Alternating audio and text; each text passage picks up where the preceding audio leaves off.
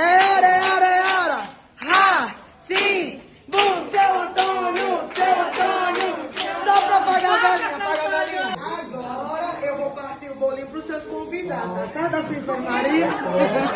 Fala, seus mal diagramados! Quando você vai alugar uma quadra de futebol society ou comprar um centro de salgados na sua vizinha confeiteira, é obrigatório deixar um sinal ou um cheque calção. Isso faz parte das leis não escritas da nossa sociedade, já que não é possível confiar em ninguém, nem mesmo nos parentes. Afinal, é até muito mais comum tomar calote de um familiar que empresta o seu cartão da C&A do que de um estranho. Porém, o que a CPI descobriu até aqui é que o governo brasileiro discorda dessa prática milenar e se recusou a fazer um depósito para a Pfizer antes da vacina da farmacêutica ser aprovada.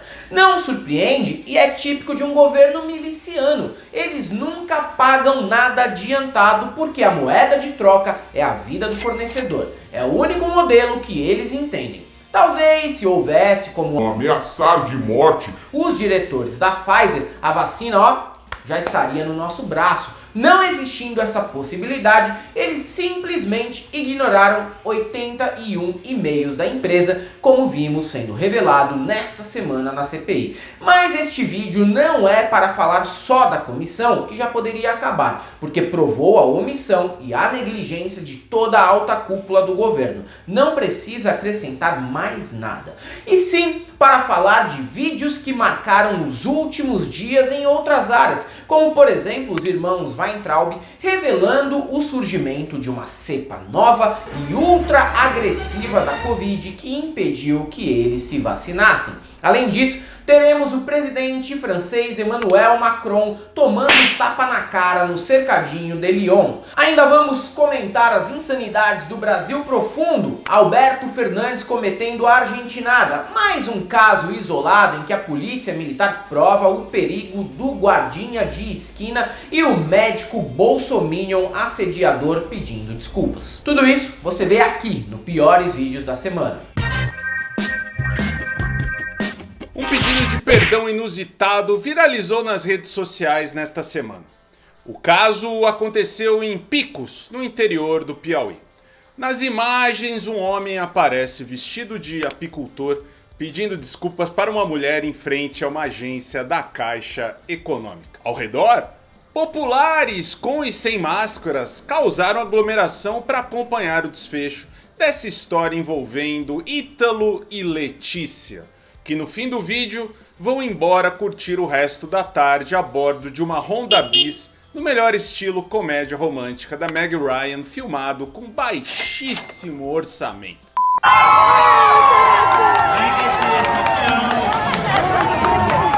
Mas tu vai continuar fazendo o que tu fazia comigo? Me dá só mais uma chance pra me provar. Eu já te perdoei várias vezes e tu sempre faz a mesma coisa. A gente vai ser humano, não sei Vai, deixa ele, vai lá, tem uma vai. oportunidade pra consertar nossos erros. Ai, quem sabe que vai lá. Pensa na família, de tudo que a gente já viveu, pensa no nosso amor.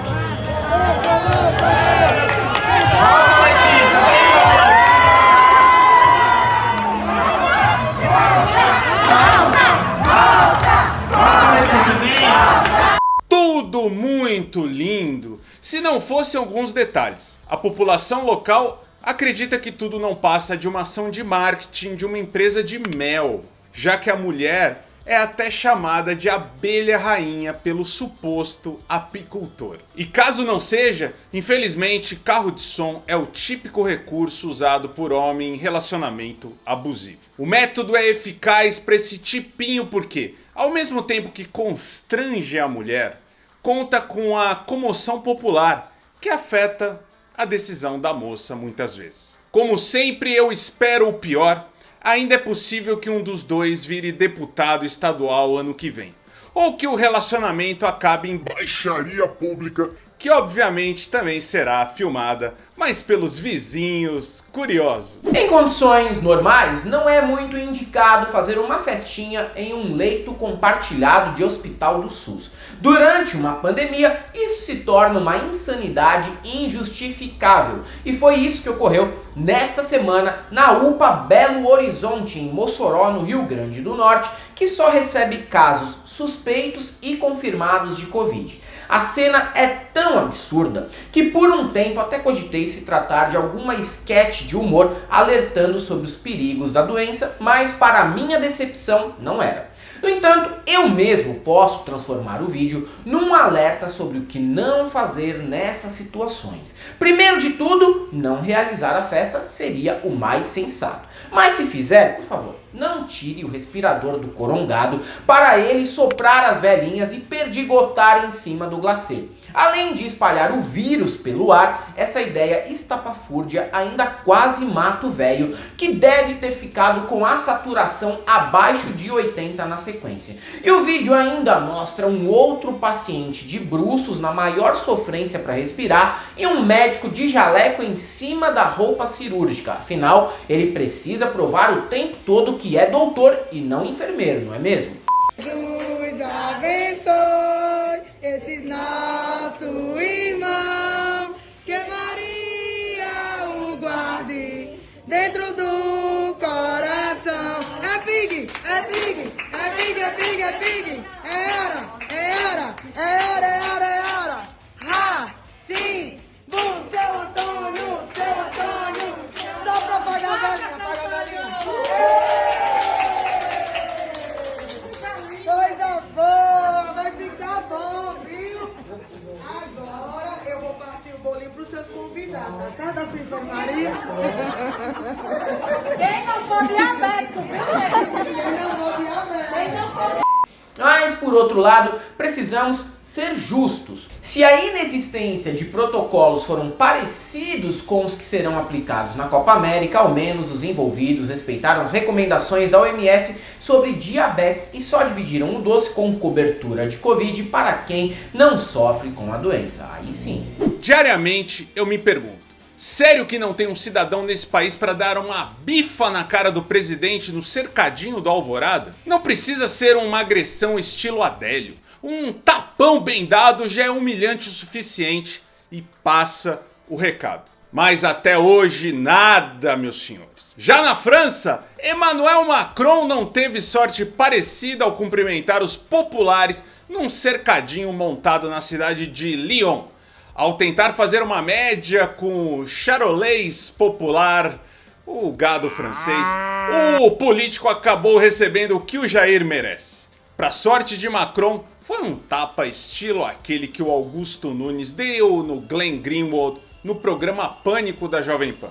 Nada demais, eu já tomei murro involuntário sem querer muito mais forte dentro do metrô.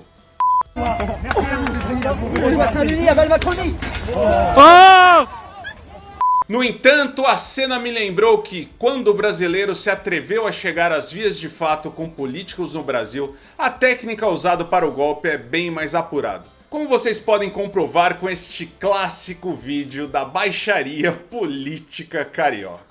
O homem surge de repente e dá um soco que atinge o rosto do secretário. É mentira!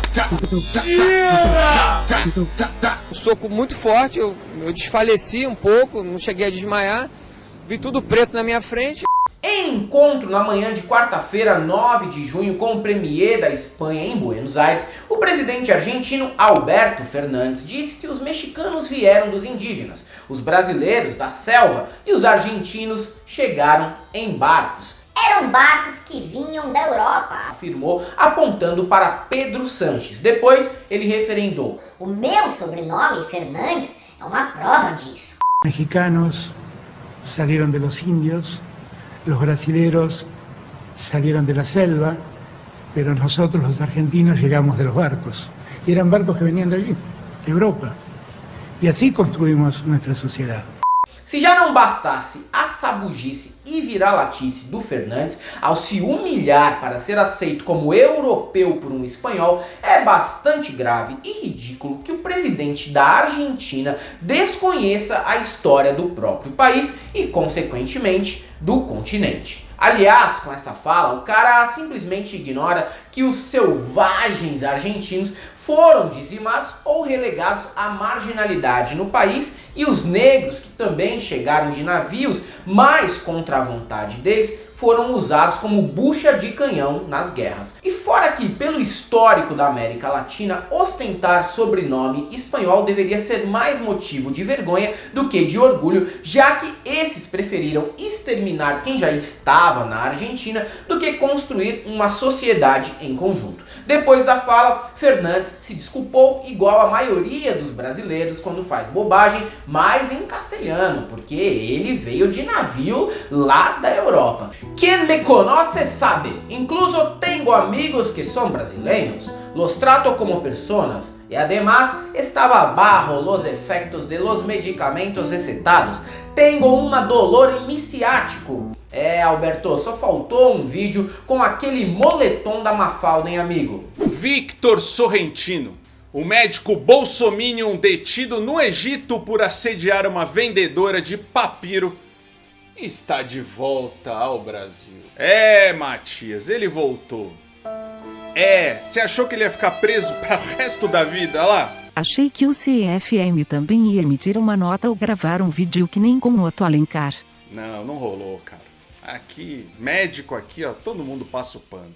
Sem maquiagem e bem mais sereno que nos vídeos em que faz piadas idiotas com moças aleatórias pelas ruas de várias cidades no mundo, ele reconhece que errou. Fala que foi infantil e diz que está arrependido do que fez. Victor explica que, após o pedido oficial de desculpas da família, feito em inglês e árabe macarrônico, a vendedora e a justiça egípcia resolveram deixar o caso pra lá. Mas tem trechos que merecem destacas na fala do Mediciner. Para justificar que não é machista, diz que tem mãe, esposa, filha e irmã. Como se os machistas geralmente não tivessem também, né? Victor ainda ressalta que não tem ídolos na política e confessa que receita cloroquina para os pais porque acredita no tratamento precoce e no medicamento. Traduzindo, pega mal falar que votei no Jair, mas vou dar a carteirada de médico para defender o elixir do presidente. Vou finalizar então para vocês, pedindo mais uma vez desculpas a todos os que eu me envergonhei, a todos os que eu ofendi. Terminar dizendo para vocês que foi um erro meu, que eu reconheço e que eu mato no peito esse erro e que eu assumo esse erro. E quero deixar uma última passagem para vocês aqui. O amor deve ser sincero. Odeiem o que é mal. Apeguem-se ao que é bom. Dediquem-se uns aos outros com amor fraternal. Prefiro dar honra aos homens mais do que a vocês. Perseverem na oração. Se já não bastasse a politização e a medicina freestyle, ele ainda destila comentários aleatórios sobre teologia e história, dizendo que foi tratado como se estivesse no tribunal de Nuremberg. Não exagere, irmão. Uma semaninha sendo xingado no Insta e comendo falafel azedo no Chilindró é tranquilaço, vai. A renovação política dos últimos anos nos brindou com lavajatistas, Zé Ruelas que apostam na antipolítica, milicianos, trambiqueiros e jovens influencers com capacidade intelectual negativa, como é o caso do vereador cearense Carmelo Neto. Além de ser um paspalho convicto como outros políticos mirins, estilo Gabriel Monteiro e Nicolas Ferreira, Carmelo é criativo tanto em inventar novas maneiras de passar vergonha ou em criar fake news. Para passar vergonha nesta semana, por exemplo, ele criou o panelaço a favor do Bolsonaro na varanda gourmet, ato que foi acompanhado por um total de 0 pessoas, já que apenas Carmelo é um cidadão munido de zero senso do ridículo no bairro em que vive. E quando batia a panela, ele emendou E o Lula, hein? e repetiu a história de que se o BNDES não tivesse enviado dinheiro para países da África, hoje a situação da saúde seria muito mais tranquila. Nessas horas eu fico imaginando se os 14 bilhões de contratos com o BNDES, com Cuba, Venezuela e Moçambique estivessem aqui no Brasil, dinheiro nosso que foi enviado para sustentar ditaduras mundo afora, se ele estivesse aqui no Brasil, a gente estaria mais forte para combater o coronavírus. Essa é mais uma das coisas, mais um dos absurdos que está na conta do PT. E Fortaleza está aqui, dando o seu recado.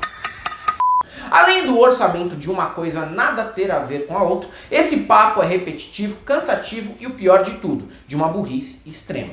E o Bolsonaro abriu a caixa preta do banco e o máximo que encontrou lá dentro foi um boleto de empréstimo não pago pelo Luciano Hang. E o BNDES não dá dinheiro para ninguém, empresta com juros para empresas brasileiras como qualquer outro banco. Se ele, que vive dizendo ser capitalista, acha isso errado, Carmelo, é melhor repensar o próprio posicionamento político ou tomar uma atitude muito mais simples, que é voltar a estudar antes de querer dar aula. O brasileiro, ele não precisa ser estudado não, ele precisa só estudar mesmo. Esta aqui foi a semana em que os sumidos reapareceram. Frederic Wassef, o Fred Wassef é aquele advogado com cara de Pedro Escamoso que escondia o Queiroz em sua casa na cidade de Atibaia. Virou protagonista de um vídeo que o presidente mais uma vez se vitimiza e lamenta sobre como é difícil ser presidente do Brasil. Até parece que o faz alguma coisa, só olhar a agenda presidencial dele. Quem vê ele falar pensa que é muito desgastante pegar um avião até a cidade de Piriri do Rocha, inaugurar um poço artesiano e voltar para casa todo dia. Na fala, Jair ainda consegue lembrar do Haddad, que até alguns dos eleitores do PT já nem lembram mais da existência 3 anos depois das eleições. Imagina só como estaria se o poste tivesse ganhado. Diz ele para esse advogado, que tem tanta cara de picareta que eu vou até tirar um extrato daqui a pouco, porque eu tenho certeza que só de olhar para ele sumiu R$2.000 da minha conta. O barulho que vocês estão fazendo aí, no meio do povão também, batendo papo, conversando, e vão tocando o Brasil. Obviamente, não é fácil o presidente não, tá? Eu estou ajudando aqui, mas não é fácil não, vai é pesada. Mas vale a pena levar-se em conta onde o Brasil estaria se aquele outro posto tivesse chegado, tá legal? E obrigado a vocês pelo apoio, pela consideração e por entender que realmente o Brasil está deu uma guinada aí com a gente, tá certo? Então, presida, eu já imaginei sim. Imagino todo dia se o Haddad tivesse ganhado. A gente não estaria debatendo sobre cloroquina e pelo menos o dobro, até toda a população já estaria vacinado. Mas isso é fácil também, né? Até o Daciolo, se tivesse vencido, seria desse jeito. Falando em sumidos, os irmãos Weintraub reapareceram logo agora que o Arthur é acusado de liderar o gabinete das sombras do Ministério da Saúde e pode ser investigado pelo FBI a pedido de Omar Aziz. O motivo para o Tíbio e o Perônio reaparecerem? Mentira, é claro. Segundo eles, como a mãe teve um derrame, os dois preferiram não se vacinar com o imunizante da Pfizer, que é a vacina mais comum dos Estados Unidos, onde os bandidos estão foragidos. Nas palavras de Arthur, a vacina podia gerar coágulos, só que nem a Pfizer e nem a Moderna têm esse efeito colateral, e sim a AstraZeneca. E mesmo no caso da AstraZeneca, a possibilidade é extremamente remota. Nós estávamos decidindo qual vacina tomar, porque a nossa mãe morreu de derrame, e a gente estava lendo e ouvindo, né, as pessoas, os médicos também que a gente conversa, dizendo que havia possibilidade de coagulação. Para fechar com chave de ouro, Abraham ainda revelou que os dois contraíram uma cepa nova e ultra agressiva da Covid. A gente achou melhor não tomar a vacina porque pode ter consequência. A gente pegou uma cepa ultra agressiva, é uma cepa nova.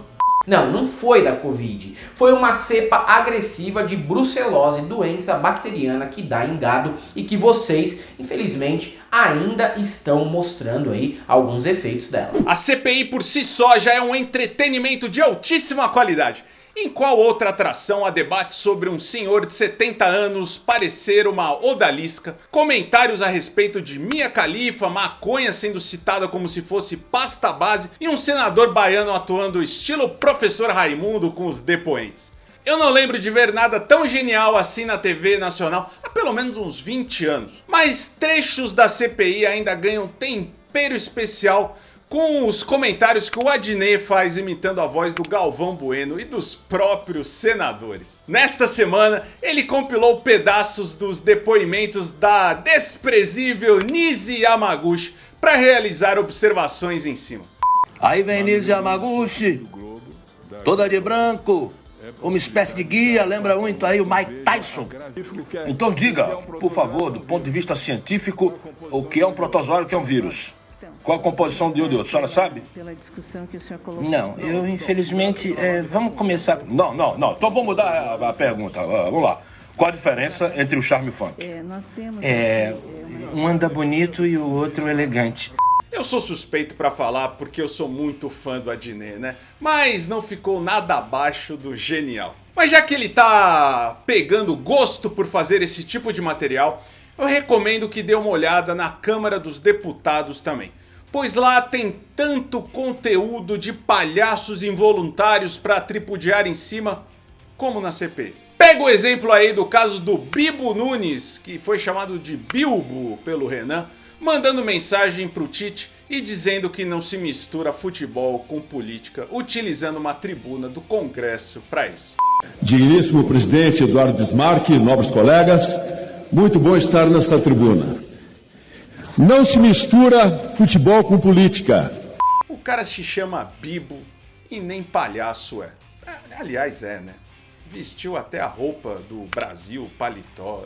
Desculpa aí pros palhaços de profissão, tá? Todo dia a polícia mata nossos irmãos e o exército flerta com um golpismo. Todo dia temos que lidar com um novo caso isolado vindo das forças militares. E quando reclamamos ou apontamos as contradições e crimes das instituições, ainda temos que aguentar, até mesmo de gente que se diz de esquerda, a acusação de que somos sectários e radicais e que não é o momento certo para falar sobre isso. Sim, os radicais sectários somos nós e não quem anda pelas ruas das cidades fardados e matando inocentes, como a Kathleen Romeu, grávida da comunidade de Lins, no Rio, vítima de uma bala de fuzil. Ou ainda prendendo quem só queria se divertir no seu tempo de descanso, mas não pode por um mero detalhe, ser negro. E negro para a PM brasileira é sempre um bandido em potencial e não pode andar de bicicleta e nem jogar basquete ouvindo um som na praça no fim de semana. Esse último caso aí, sobre o basquete, rolou em Curitiba, onde o policial deu voz de prisão ao vereador do PT, Renato Freitas. A justificativa? Perturbação do sossego. Mas eu posso usar o termo correto e o que justificou essa abordagem: racismo. Renato e Almeida, David Wilson, vocês estão sendo detidos para fazer um tecipe lá na companhia ali, tá?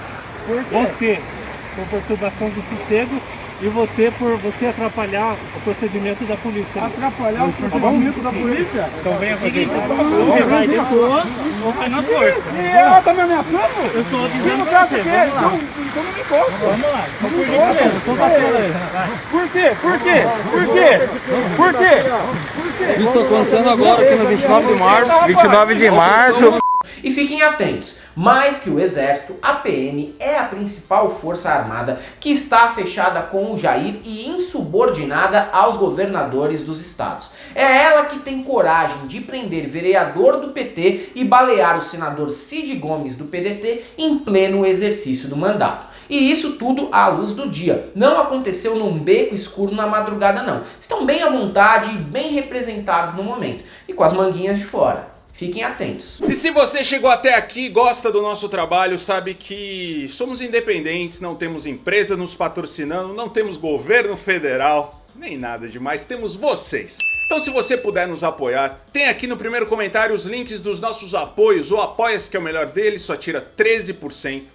Tem também o nosso Pix, o nosso PayPal, nossa conta corrente. E aqui no YouTube o Seja Membro, né, Matias? É só o quê? Apertar o botãozinho e se tornar membro e fazer com que continuemos a fazer nossas lives especiais da CPI, lives com convidados, vídeos e todo o conteúdo que você só vê aqui nos Galãs Feios. Você também pode se inscrever no nosso Instagram, Twitter e Facebook. O do Matias é Matias o Calvo. É, Matias, muito bem. E se você é um desses ainda que acredita em deputados como Bilbo Nunes ou Bibo Nunes, eu só tenho uma coisa pra te dizer. Nós só temos, né, Matias? Não passarão.